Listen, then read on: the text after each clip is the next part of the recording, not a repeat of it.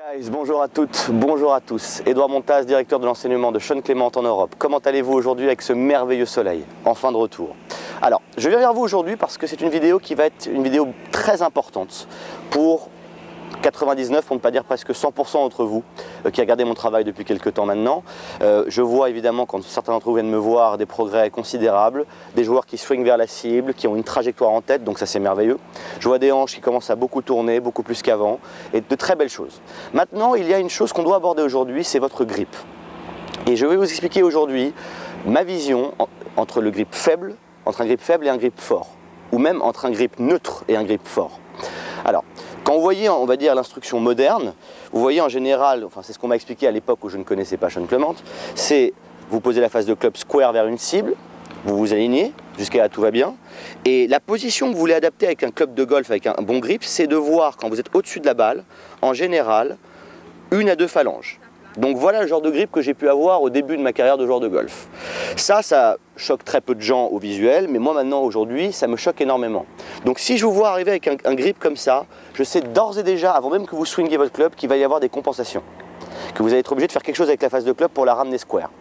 Tout simplement parce que dans un swing de golf, vous créez du retard.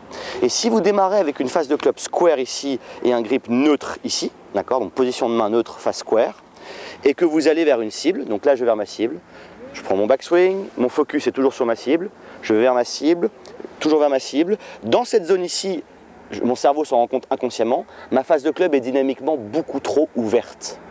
Donc si je le fais de profil par rapport à vous, j'ai mon grip neutre ici, ma face de club square, ma cible est le mur, j'ai mon backswing, et là quand j'arrive au retour ici, ma face de club est beaucoup trop ouverte ici. Ce qui fait que mon cerveau, malgré moi, va vouloir essayer de ramener la face de club square constamment. Si vous avez un court-circuit de la sorte dans votre swing de golf, c'est-à-dire un grip trop neutre ou un grip trop faible, vous ne pouvez pas rester concentré sur votre cible parce que vous avez un truc à régler pendant le mouvement. C'est pour cela que vous verrez 99% des joueurs de haut niveau et des joueuses avec un grip très fort main gauche. Alors quand je parle de grip fort, donc on reprend la position initiale, je vais donc maintenant venir recouvrir avec ma main gauche ici beaucoup plus pour pouvoir apercevoir sans problème, de ma vue d'au-dessus aussi, 3 phalanges. Donc pour beaucoup d'entre vous, quand vous allez prendre ce grip là, vous allez vous dire « Waouh, j'ai l'impression que je vais tout mettre à gauche ». Oui, si vous essayez de taper une balle. Donc là, je reste dans ma position neutre complètement ici. Évidemment, si je mets maintenant mon club, là j'ai le club un petit peu dans l'axe du bras gauche, donc en diagonale, vous verrez que c'est le meilleur moyen de prendre un club de golf avec un grip fort. Si maintenant je mets mon club vers le nombril, vous allez vous rendre compte que ma face est au démarrage très fermée. Donc si je reste dans cette position neutre ici avec une face fermée et que je vais vers ma cible, mon cerveau va pouvoir vraiment libérer l'action vers là-bas. Pourquoi? Parce que ma face de club est peut-être fermée au démarrage, je vais vers ma cible, je vais vers ma cible. Là vous voyez qu'en haut du backswing, je ne sais pas si vous le voyez à la caméra, mais la face pointe vers le ciel. Vous regarderez beaucoup de joueurs du tour, Zach Johnson, Bubba, tous ces joueurs-là, avec une face de club qui pointe vers le ciel en haut du backswing. Le dernier en date, Dustin Johnson, qui vient de gagner. D'accord? Donc lorsque vous avez une face de club à proprement dit fermée au démarrage et en haut du backswing, ici, vous n'avez aucune raison de la refermer. Donc je peux aller vers ma cible, toujours vers ma cible, toujours vers ma cible. Dans cette zone, la face de club arrive maintenant square. On le fait de profil. Je démarre avec mon grip fort et ma face fermée dans les mains. J'arrive ici, en haut du backswing, face qui pointe vers le ciel, vers la cible, vers la cible. Ma face arrive square, voire fermée. D'accord? Mais là, je n'ai plus de raison de la refermer, donc je vais pouvoir continuer vers ma cible et obtenir ce merveilleux retard que vous cherchez tous. Vous savez bien maintenant que pour créer de la vitesse sans effort au golf, il faut servir de la gravité et surtout de la physique et du retard vers la cible. Donc, j'arrive ici, je remets mon club vers le nombril, main gauche forte ici, donc je vois 3 phalanges. J'ai l'impression que ma face de club est fermée. Je vais vers ma cible, et là je vais arriver dans une position d'impact idéale, c'est-à-dire une face de club square et des mains en avant pour compresser une balle vers une cible.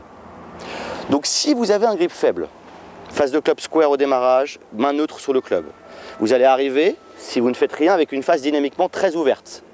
Donc sur un coup de fer, ça va bien se passer, mais par contre au driver, il faut savoir que 5 degrés d'ouverture d'un drive, une face de club au drive, c'est 45 mètres à droite, donc c'est énorme. Donc vous ne pouvez pas, à ce jour, à moins que vous ayez des avant-bras qui ressemblent à des mollets, swinger avec un grip neutre ou faible. Donc la sensation qu'on veut comprendre, c'est que on veut penser dynamique. Si ma face de club démarre square, neutre, elle arrive ouverte. Si ma face de club démarre fermée, ou un grip fort, elle arrive square. Donc je veux que vous alliez au practice, que vous preniez votre cible, le 200, j'ai un 200 qui est là-bas dans l'axe. Donc je fais mon coup d'essai, je prends d'abord mon club ici. On va commencer à mettre le club vers le nombril, préfermer la face de club de quelques degrés, mettre mes mains ici. Et là je sens que ma face de club est très fermée au démarrage. Je me mets en position ici, et maintenant le secret est là. Si je me mets donc derrière la balle, ce qu'on appelle le tilt, vous le savez maintenant dans les vidéos, derrière la balle ici, ma face de club maintenant a l'air square, parce que j'ai les mains en avant. Donc soit je me mets neutre, en position neutre, j'ai le club vers le nombril, face de club fermée, et là je peux faire peur à beaucoup de gens. Soit je me mets contre le côté gauche, et là la face de club a l'air maintenant square. Donc on va démarrer neutre pour l'instant, et je swing vers mon 200 qui est là-bas. Et là, une trajectoire apparaît, qui est maintenant assez familière, mais qui va vous surprendre, vous, c'est qu'un léger draw va commencer à apparaître, ou une balle très en ligne, avec beaucoup plus de compression. Entre une face de club square à l'impact, enfin ouverte je veux dire, et une face de club square, vous avez 25 yards de différence, ce qui est un monde d'écart.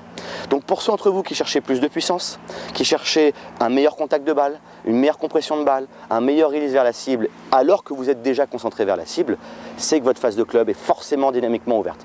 Tous les jours de ma vie, quand je vois des joueurs de golf, c'est ce que je travaille en premier, pour que vous puissiez ne pas avoir de court-circuit vers votre cible. Donc on finit, on démarre avec une face de club square ici, on la préferme de 20-30 degrés, je mets mes mains sur le club, cette fois-ci en position neutre. Donc soit je garde le club vers le nombril, j'ai les mains neutres, une face fermée, soit je me mets contre le côté gauche, les mains en avant, et maintenant ma face a l'air square. Donc là, je peux encore swinger sans effort vers ma cible. Et encore mon léger draw qui sort. Je vous demande d'aller voir sur YouTube, de voir tous les joueurs professionnels, toutes les joueuses professionnelles, et de voir à quel point vous verrez ce grip fort main gauche. Regardez John Daly, regardez des joueurs de l'époque, Paul Azinger, Bouba aujourd'hui, vous regardez Victor Dubuisson, tous ces joueurs, grip fort, parce qu'ils ont développé une action vers une cible. D'accord ?